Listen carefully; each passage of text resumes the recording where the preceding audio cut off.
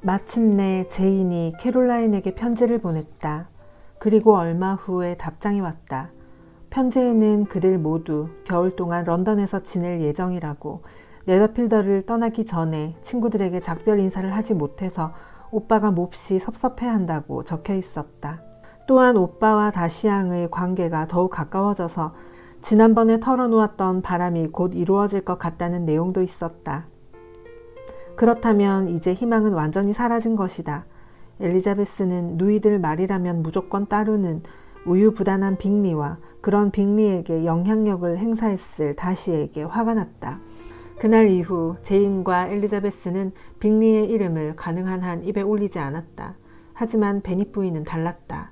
그녀는 그가 어떻게 돌아오지 않을 수가 있냐며 끊임없이 투덜거렸다. 베닛 부인이 유난히 짜증을 부린 어느 날, 엘리자베스와 둘만 있게 된 제인이 나지막이 한숨을 내쉬며 말했다. 어머니가 좀 더 자제심을 발휘하셨으면 좋겠어. 그분에 대한 얘기가 내게 얼마나 고통을 주는지 정말로 모르시는 걸까? 그래도 오래가진 않겠지. 곧 그분은 잊혀질 거고 우리는 다시 예전으로 돌아갈 수 있을 테니까. 조금만 시간이 지나면 모두 괜찮아질 거야. 제인은 차분하고 조용하게 슬픔을 참아냈다. 빅리가 자신을 좋아한다고 생각한 것은 오직 자신의 착각이었을 뿐이므로 탓할 사람 역시 자기 자신뿐이라고 생각했다. 위컴 씨와의 교제는 최근에 일어난 여러 사건들로 가뜩이나 침울해 있던 엘리자베스에게 큰 위로가 되었다. 그들은 자주 만났고 많은 이야기를 나누었다. 위컴은 누구에게나 친근하고 솔직하게 대했다. 그가 다시에게 부당한 취급을 당한 일을 비롯해 엘리자베스가 이미 들었던 모든 이야기들은 언젠가부터 사람들 입에 오르내렸다. 그들은 그런 일을 몰랐을 때부터 자신들이 다시를 얼마나 싫어했는지 떠들어대면서 그를 천하의 나쁜 사람으로 몰았다. 우리가 모르는 무슨 오해가 있을지도 모른다며 다시를 두둔하는 사람은 단 한 명, 제인밖에 없었다. 그녀는 다른 사람에 대해 결코 함부로 판단하지 않았다. 다음 월요일에 런던에 사는 베닛 부인의 남동생 내외가 롱번을 방문했다. 여느 때처럼 롱번에서 크리스마스를 보내기 위해서였다. 가드너는 누나보다는 훨씬 인품이 뛰어난 신사였다. 베닛 부인보다 몇 살 아래인 가드너 부인도 상냥하고 똑똑한 사람이었고 조카들도 그녀를 무척 따랐다. 특히 제인과 엘리자베스와는 각별한 사이였다. 가드너 부인은 엘리자베스와 단 둘이 있는 자리에서 베닛 부인에게 전해 들은 이야기를 꺼냈다.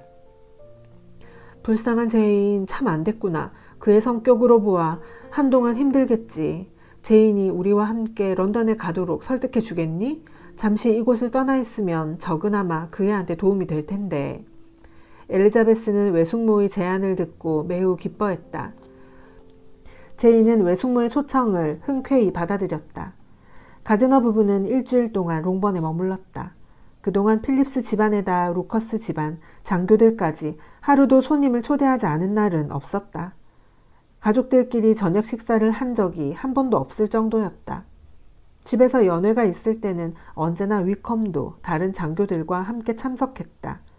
가드너 부인은 엘리자베스와 위컴이 서로 호감을 갖고 있다는 걸 단번에 알아차렸다. 위컴은 가드너 부인과도 잘 통했다. 그녀가 결혼하기 전에 위컴이 살았던 더비셔에서 꽤 오랫동안 지낸 적이 있었기 때문이다. 가드너 부인은 위컴이 유쾌한 젊은이라고 생각했다. 하지만 그녀는 런던으로 떠나기 전에 엘리자베스에게 충고를 잊지 않았다. 조심성 있게 행동하라고 진심으로 충고해주고 싶구나. 나는 그 사람을 나쁘게 말할 생각이 전혀 없단다. 그는 아주 흥미로운 젊은이더구나. 만약 그가 당연히 얻기로 되어 있었다던 재산만 가졌더라면 너한테 그보다 좋은 일도 없겠지. 하지만 지금 상태로는 현실적인 상황을 무시하고 감정에 휩쓸려선 안 돼. 너는 지혜로운 아이니까 분별 있게 행동하리라 믿어.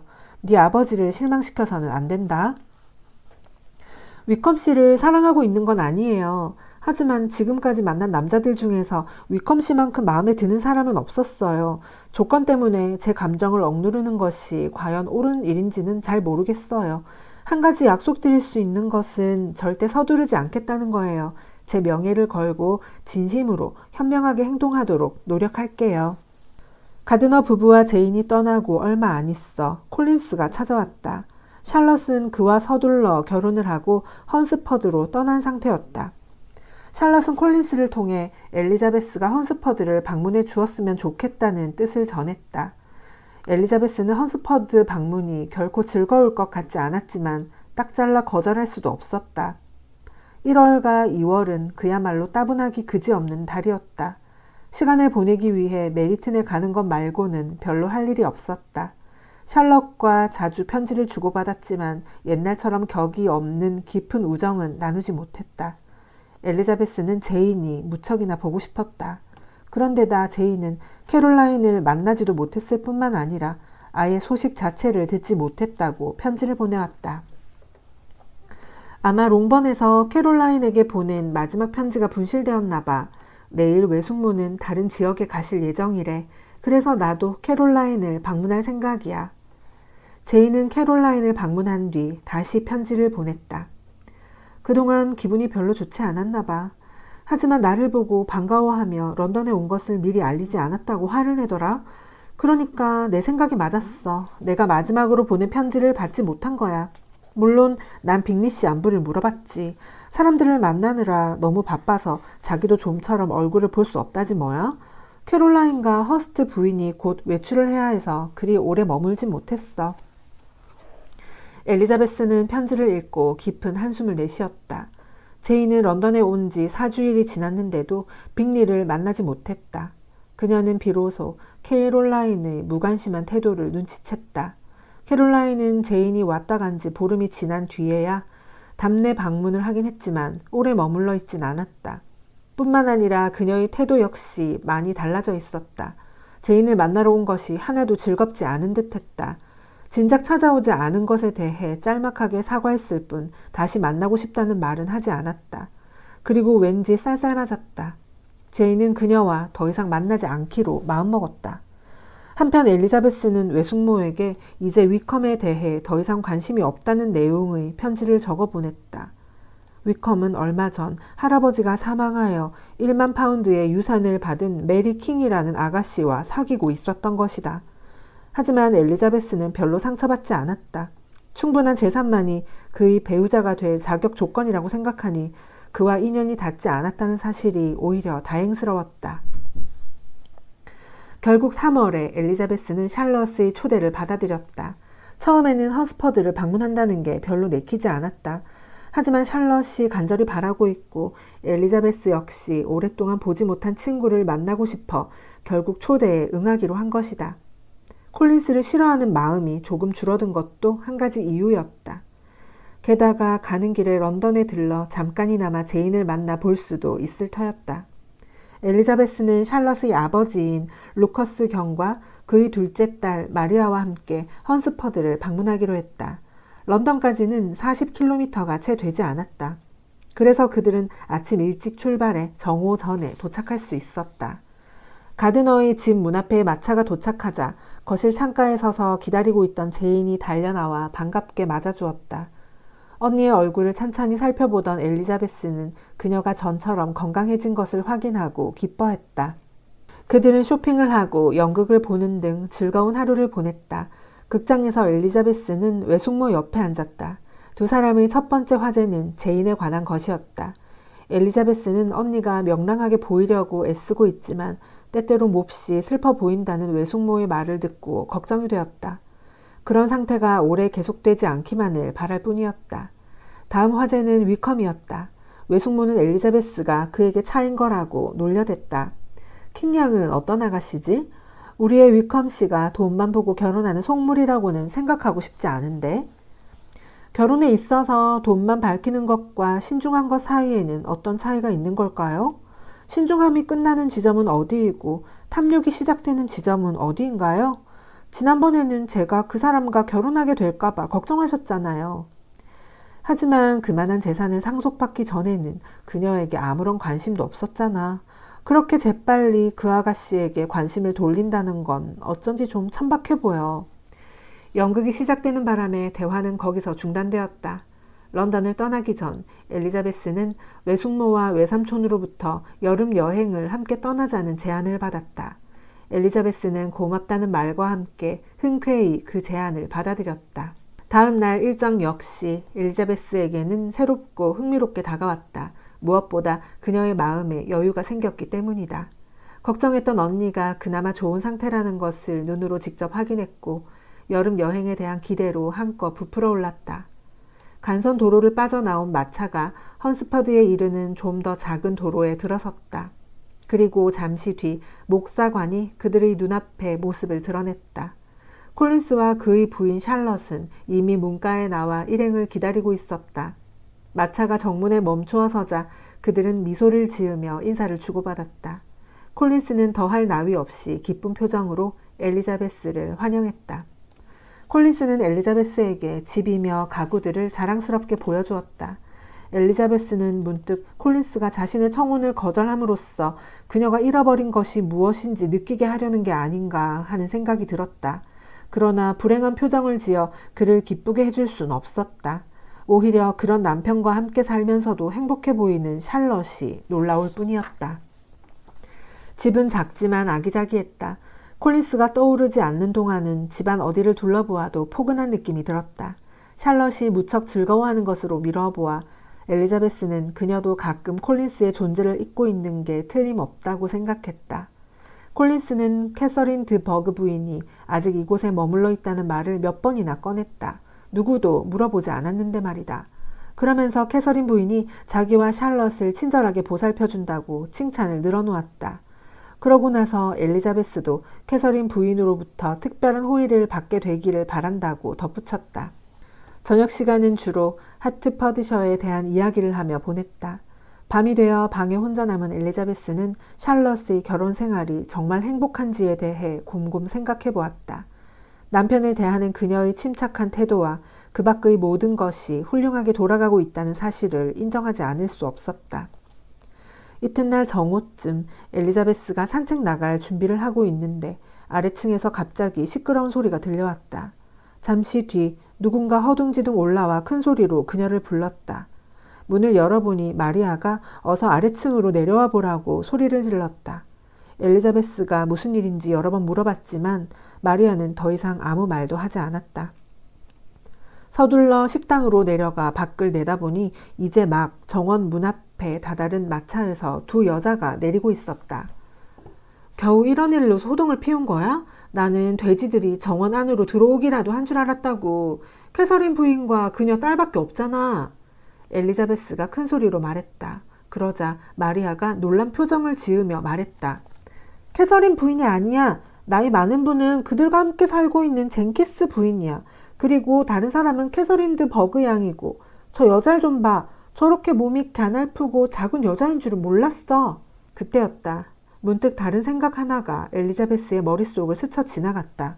그녀는 나지막이 중얼거렸다. 몸이 몹시 약해 보이는 데다 전혀 호감이 가는 스타일이 아니야. 그래 맞아. 저 여자는 그 사람에게 아주 잘 어울릴 거야. 그에게 안성맞춤인 아내가 될 거라고. 그들이 찾아온 이유는 내일 점심 식사에 일행을 초대하기 위해서였다. 장소는 캐서린 부인이 살고 있는 로징스 저택이었다. 초대를 받은 콜린스는 무척 흐뭇해했다. 하루 종일 심지어 그 다음 날까지도 초대 이야기만 해댔다. 콜린스는 멋진 방들이며 캐서린 부인이 부리는 많은 하인, 그곳의 훌륭한 식사에 대해 자세한 설명을 늘어놓았다. 그들이 옷을 갈아입는 동안에도 몇 번이나 문 앞으로 와서 캐서린 부인은 식사 시간에 늦는 것을 무척 싫어하니 서두르라고 재촉했다. 사교계에 익숙하지 않은 마리아는 콜린스의 설명을 듣고 지레 겁부터 먹었다. 하지만 엘리자베스는 달랐다. 그녀는 캐서린 부인이 지혜롭거나 선량해서 존경받는다는 말을 여지껏 한 번도 들어보지 못했다. 엘리자베스는 돈과 지위의 힘에 조금도 주눅 들지 않고 당당히 맞서리라 생각했다. 콜린스가 캐서린 부인에게 일행을 소개하는 동안 엘리자베스는 당당하면서도 침착한 태도로 자신의 앞에 앉아있는 세 여자를 바라보았다. 캐서린 부인은 키와 몸집이 크고 이목구비가 뚜렷했다. 그녀는 그다지 친절해 보이지 않았으며 방문객을 맞아들이는 태도 역시 일행이 자신들보다 낮은 신분임을 잊지 않게 했다. 무슨 말을 하든 명령조였으며 매 순간 자신이 중요한 사람이라는 걸 강조하는 듯했다. 캐서린 드 버그 양은 유난히 창백한 얼굴빛 때문에 몹시 병약해 보였고 젠킨스 부인에게만 나지막하게 말을 걸 뿐이었다. 캐서린 부인은 엘리자베스의 집안에 대해 여러 가지를 물어보았다. 가족은 몇인지, 교육은 얼마나 받았는지, 그들 가운데 결혼한 사람이 있는지, 결혼하기 전 어머니의 성은 무엇이었는지 등등. 엘리자베스는 그런 질문들을 시시콜콜 해대는 캐서린 부인의 행동이 무례하다고 생각했다. 그러나 하나하나 차분하게 대답해 주었다. 베닌 양, 동생들 중에서 사교계에 나가는 사람이 있나요? 예, 모두들 나갑니다. 모두라고요? 아니, 5명이 동시에 사교계에 나간단 말이에요? 참으로 이상하군요. 아가씨는 나이가 몇인가요? 엘리자베스가 미소를 지으며 대답했다. 동생들도 다 자랐는데 제 입으로 직접 나이를 말하라는 것은 아니시겠죠? 캐서린 부인은 엘리자베스의 당돌함에 몹시 놀란 듯했다. 엘리자베스는 감히 그녀에게 그런 식으로 말한 사람은 아마도 자신이 처음일 거라고 생각했다. 내가 보기에 20은 넘지 않았을 것 같은데 뭐 굳이 나이를 숨길 필요가 있겠어요? 21살은 아직 안 됐습니다. 엘리자베스가 헌스퍼드에 머무른 지도 어느덧 보름이 지났다. 그녀는 산책을 하거나 가끔씩 로징스 저택을 방문하면서 조용히 보냈다. 윌리엄 루커스 경은 딸이 훌륭한 남편과 이웃들의 보살핌 속에서 편안히 생활하고 있다는 것을 충분히 확인한 뒤 안심하며 집으로 돌아갔다. 그 다음 주 로징스에 또 다른 손님들이 찾아왔다. 다시가 그의 사촌인 피츠윌리엄 대령을 데리고 온 것이다. 두 사람은 도착한 다음 날 목사관을 찾아왔다. 콜린스가 아침에 서둘러 문안인사를 다녀온 데 대한 답례 방문이었다. 나이가 30살쯤 된 피츠윌리엄 대령은 그렇게 잘생긴 편은 아니었지만 인품이나 태도가 정말로 신사다웠다. 다시는 언제나 그랬듯이 정중한 태도로 사람들을 대했으나 말을 많이 하진 않았다. 피츠윌리엄 대령은 교양 있는 신사답게 편안하게 이야기를 이끌어갔다. 한동안 침묵을 지키던 다시가 엘리자베스에게 가족들의 안부를 물었다. 그녀는 다소 쌀쌀맞은 태도로 대답한 뒤 잠시 말을 끊었다가 이렇게 덧붙였다. 저희 언니는 지난 3달 동안 런던에 있었어요. 혹시 만나보지 못하셨나요? 다시는 아직 제인을 만나지 못했다고 대답했다. 엘리자베스는 그가 조금 당황해한다고 생각했다. 하지만 그 문제에 대해 더 이상 이야기하지 않았다. 그들이 로징스 저택에 2번째 초대를 받은 것은 그로부터 며칠이 지난 뒤였다. 그 집에 다른 방문객들이 있는 동안은 목사관 일행이 필요하지 않았기 때문이다. 그들은 캐서린 부인의 거실에 앉아있는 다른 일행과 합석했다. 캐서린 부인은 정중하게 그들을 맞았지만 손님이 없었을 때만큼 달가워하진 않았다. 실제로 그녀는 거의 조카들하고만 대화를 나누었으며 특히 다시에게 많은 말을 건넸다. 피츠윌리엄 대령은 그들을 진심으로 반가워하는 것 같았다.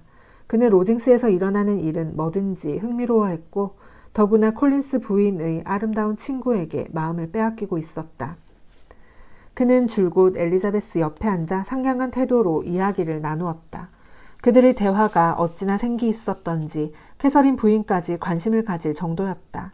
다시는 흥미로운 표정으로 두 사람을 계속 쳐다보았다. 티타임이 끝나자 피츠윌리엄 대령은 엘리자베스에게 자신을 위해 연주해달라고 부탁했다. 엘리자베스가 피아노 앞에 앉자 피츠윌리엄 대령은 의자를 끌어당겨 그녀 곁에 바투 다가앉았다. 연주 도중 캐서린 부인이 다시에게 자꾸 말을 걸었다. 그러자 그는 자리에서 일어나 피아노 쪽으로 걸음을 옮겼다. 엘리자베스가 다시를 향해 짓궂은 미소를 지으며 말했다. 다시 씨, 이렇게 엉망인 제 연주를 들으러 오시다니 저를 놀래주려는 건가요? 당신의 여동생이 아무리 피아노를 잘 친다고 해도 전 조금도 겁먹지 않아요. 굳이 오해라고 말하진 않겠습니다. 정말로 제가 당신에게 겁을 줄 의도가 있다고 생각하시는 건 아닐 테니까요. 당신을 꽤 오래 알고 지낸 덕분에 당신이 가끔 본심과 다른 말을 한다는 걸 잘 알고 있죠. 다시의 말에 엘리자베스는 소리내어 웃었다. 그러고는 이렇게 말했다. 다시 씨, 제 약점을 그렇게 폭로하시다니 너무하시네요. 하지만 그런 말을 듣고 제가 복수를 안 할 수 없죠. 친척분들이 들으면 깜짝 놀랄 말을 해드려야겠네요. 저 역시 겁나지 않습니다. 다시가 미소를 지으며 말했다. 다시가 무슨 잘못을 저질렀는지 어서 듣고 싶군요. 피츠윌리엄 대령이 잠옷 흥미로운 듯 관심을 보였다. 말씀드리죠. 단단히 각오하고 들으셔야 해요. 제가 다시 씨를 처음 본 건 어느 무도회장이었어요. 그곳에서 다시 씨가 어떻게 행동하셨을 것 같나요?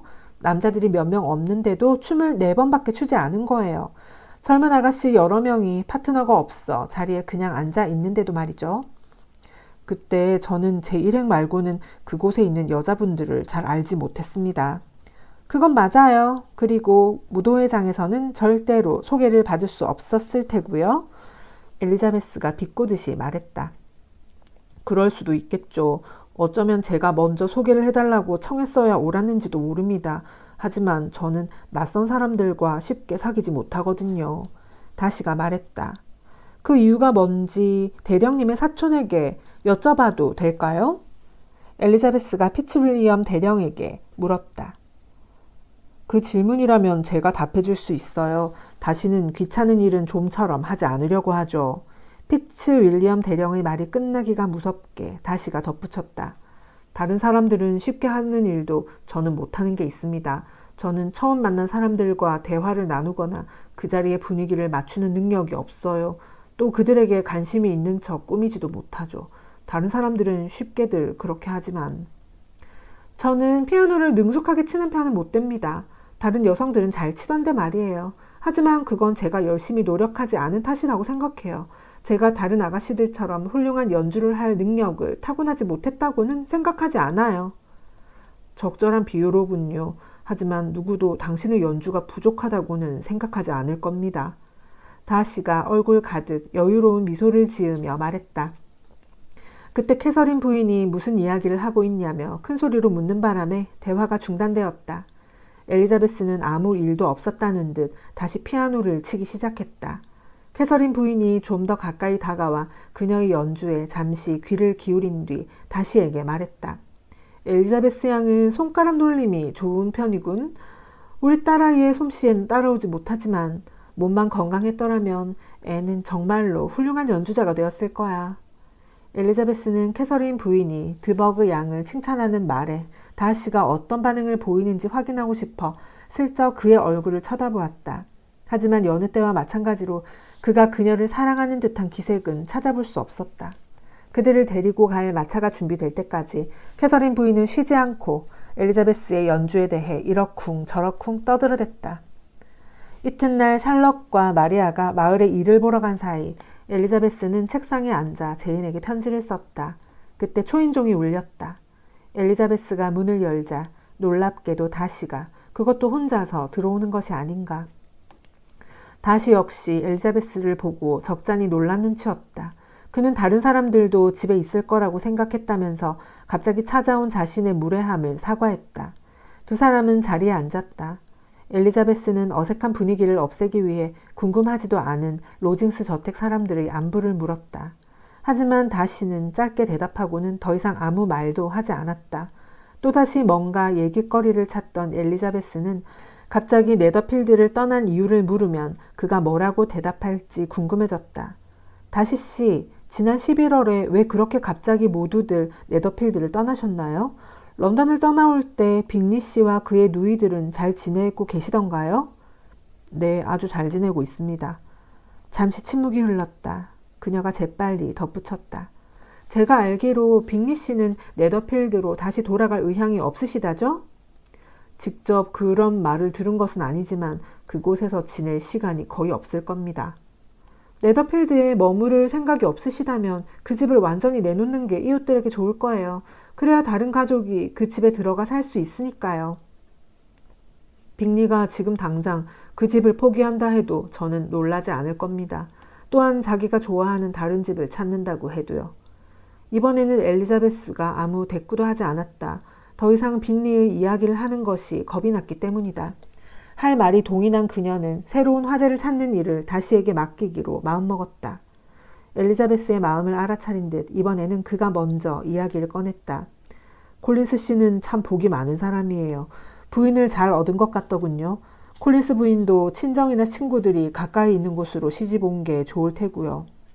가까운 곳이라고 생각하세요? 자그마치 80km나 되는데요. 콜린스 부인이 친정 가까이로 시집을 갔다고는 말할 수 없을 거예요. 그건 당신이 하트퍼드셔에 강한 애착을 갖고 있기 때문이죠. 그래서 롱번만 벗어나도 먼 거리로 보이는 겁니다. 다시는 그녀 쪽으로 의자를 조금 당기고는 이어서 말했다. 고향에 그렇게 집착하면 안 돼요. 언제까지나 롱번에서만 살 순 없을 테니까. 그의 말과 행동에 엘리자베스는 놀라움을 감출 수 없었다. 다시 역시 짧은 순간 어떤 감정의 변화를 겪는 듯했다.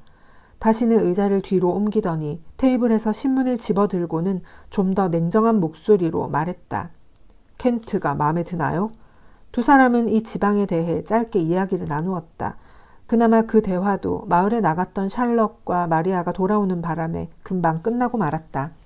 다시가 떠나자마자 샬럿이 물었다. 도대체 어떻게 된 거야, 엘리자베스? 다시 씨가 널 사랑하고 있나 봐. 그렇지 않고서는 이렇게 허물 없이 널 찾아올 리가 없잖아? 엘리자베스는 그가 시종 일관 침묵만 지켰다고 얘기해 주었다. 그리고 샬럿의 바람에도 불구하고 그럴 가능성은 거의 없다고 덧붙였다.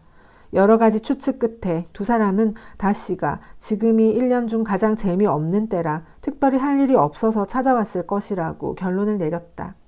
그러나 샬럿은 다시가 혹시 엘리자베스를 사모하는 게 아닐까 생각했다. 그래서 몇 번이나 엘리자베스에게 운을 떼어 보았지만 엘리자베스는 그때마다 웃어넘길 뿐이었다. 엘리자베스는 날마다 로징스 저택의 공원을 산책했다. 그러는 동안 여러 번 예기치 않게 다시를 만나게 되었다.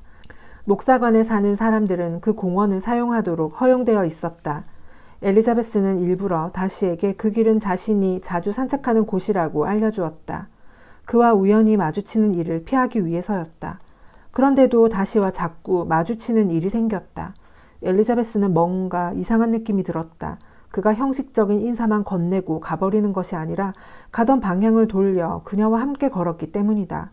그는 말을 아꼈고 그녀 또한 애써 말을 하거나 그의 말에 귀를 기울이려고 하지 않았다. 어느 날 엘리자베스는 제인한테서 온 마지막 편지 내용을 떠올리며 생각에 잠긴 채 산책길을 걷고 있었다. 고개를 들어보니 맞은편에서 피츠 윌리엄 대령이 걸어오고 있었다. 두 사람은 목사관을 향해 함께 걸었다.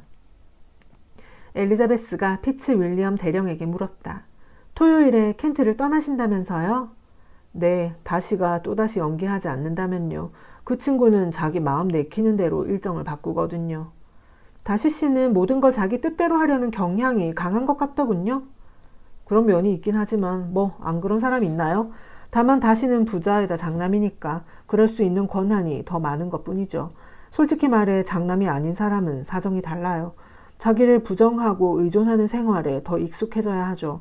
좋아하는 사람과 결혼하는 것조차 불가능할 때가 많아요. 재산이 없는 여자를 좋아할 때 그렇겠죠. 실제로도 그런 분들은 재산이 웬만큼 있는 여자들을 좋아하시는 것 같고요. 소비 습관이 우리를 의존적으로 만드는 면도 있죠.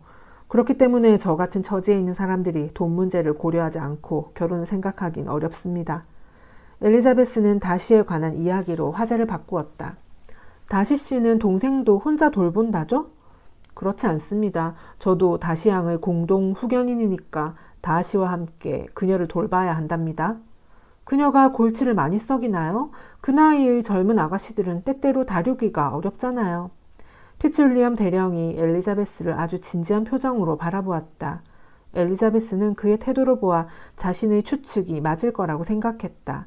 그녀는 주저하지 않고 이어서 말했다. 그렇게 놀라실 필요 없어요. 그녀에 대해 나쁜 소문을 듣고 한 말은 아니니까요. 제가 잘 아는 허스트 부인과 캐롤라인이 그녀를 무척 좋아하더군요. 장교님도 그분들을 아시죠? 네, 조금. 그 두 사람의 오빠가 다시의 절친한 친구니까요. 아, 그렇죠. 다시 씨는 빅리 씨에게 무척 친절하고 그를 꽤나 잘 돌봐주시죠. 엘리자베스가 날카롭게 말했다. 돌봐준다라? 네, 맞아요. 정말로 다시는 그를 돌봐준다는 생각이 듭니다. 다시에게 듣기로는 빅리 씨가 그 친구에게 무척 고맙게 생각해야 할 것 같은데요. 그게 무슨 말씀이시죠? 물론 다시는 다른 사람들한테 알리는 걸 꺼려합니다. 만약 그 소문이 그 여자 쪽 가족에게 들어가면 안 좋은 일이기 때문이죠. 저를 믿어주세요. 아무한테도 말하지 않을 테니까요. 다시가 이렇게 말하더군요. 잘못된 결혼을 할 뻔한 친구를 구해줘서 스스로 기쁘게 생각한다고요. 그게 누군지 이름을 밝히진 않았고 그 밖의 자세한 내용은 말하지 않았어요. 하지만 나름대로 빅리 씨 얘기가 아닐까 추측하는 거죠. 다시 씨가 그 일에 관여한 이유를 말씀하시던가요? 그 아가씨와의 결혼을 강하게 반대할 만한 이유가 몇 가지 있었던 것으로 알고 있습니다. 엘리자베스는 화가 머리 끝까지 치밀어 올랐다. 하지만 이 문제에 대해 더 이상 말할 수 없어 급히 화제를 바꾸었다. 피츠 윌리엄 대령이 돌아가자마자 그녀는 방에 틀어박혀 방금 들은 이야기를 곰곰 생각해 보았다. 다시가 빅리와 제인을 갈라놓는 데 관여했다는 의구심을 도저히 떨쳐버릴 수 없었다. 지금까지는 캐롤라인 탓으로만 돌렸는데 이제야 비로소 모든 사실을 알게 된 것이다. 제인이 여지껏 고통받은 것은 바로 그 사람 때문이었다. 그의 오만함이 원인이었다. 그가 이 세상에서 가장 사랑스럽고 가장 마음씨 고운 한 여자의 행복을 송두리째 앗아가 버린 것이다. 다시가 그렇게 강하게 반대한 데에는 시골에서 변호사 노릇을 하고 있는 이모부와 런던에서 사업을 하고 있는 외삼촌의 내세울 것 없는 처지가 한몫 단단히 작용했을 것이다. 제인 언니에 대해서는 전혀 반대하지 않았을 거야. 얼굴도 예쁘고 마음씨도 착하니까. 게다가 머리까지 총명한 데다 교양 있고 예의도 바르잖아? 아버지도 책임이 없겠지. 그분은 다시 씨도 없인 여기지 못할 능력을 갖추고 계시니까. 엘리자베스는 나지막이 혼잣말을 중얼거렸다. 그러나 생각이 어머니에게까지 미치자 자신감이 조금 흔들렸다. 엘리자베스는 지나치게 흥분한 상태에서 눈물을 흘린 탓에 머리가 몹시 아팠다. 저녁때가 되자 두통이 더욱 심해졌다. 게다가 다시를 만나기가 싫어서 차를 마시러 오라는 초대를 받았지만 로징스 저택에 가지 않기로 결심했다. 콜린스 부부가 나가고 난 뒤 엘리자베스는 마치 다시에게 화풀이라도 하려는 듯 켄트에 도착한 뒤 제인에게서 받은 편지를 모조리 꺼내어 또 한 번 자세히 읽어보았다. 편지에는 제인이 빅리의 일로 힘들어한다는 구체적인 언급은 없었다. 하지만 제인에게서 언제나 느껴지던 쾌활함 역시 어떤 구절에서도 찾아볼 수 없었다. 제인에게 고통을 준 다시의 뻔뻔스러운 오만함을 생각하니 치가 떨렸다. 엘리자베스는 언니의 고통이 더더욱 뼈저리게 느껴졌다. 그때 갑자기 초인종이 울렸다. 그녀는 피츠 윌리엄 대령일지도 모른다고 생각했다.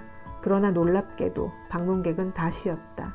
그는 들어오자마자 그녀에게 몸이 좀 나아졌느냐고 물었다. 엘리자베스는 예의를 차리면서도 쌀쌀맞게 대답했다. 다시는 몇 분 동안 아무 말 없이 앉아있다가 갑자기 일어서더니 방 안을 서성거리기 시작했다. 엘리자베스는 당황했지만 한마디도 하지 않았다. 잠시 침묵이 흐른 뒤 비로소 그가 걱정 어린 목소리로 그녀에게 이야기를 꺼냈다. 지금까지 무척 애를 써보았지만 아무 소용이 없었습니다. 제 마음을 억제할 수 없어요. 제가 당신을 얼마나 사랑하는지 말씀드리지 않을 수 없습니다. 엘리자베스의 놀라움은 이루 말할 수 없었다. 그녀는 얼굴이 빨개진 채 고개를 돌리고는 아무 말도 하지 못했다. 그런 모습이 그에게 더욱 용기를 북돋워 주었는지 그는 그동안 느껴온 감정을 남김없이 털어놓기 시작했다.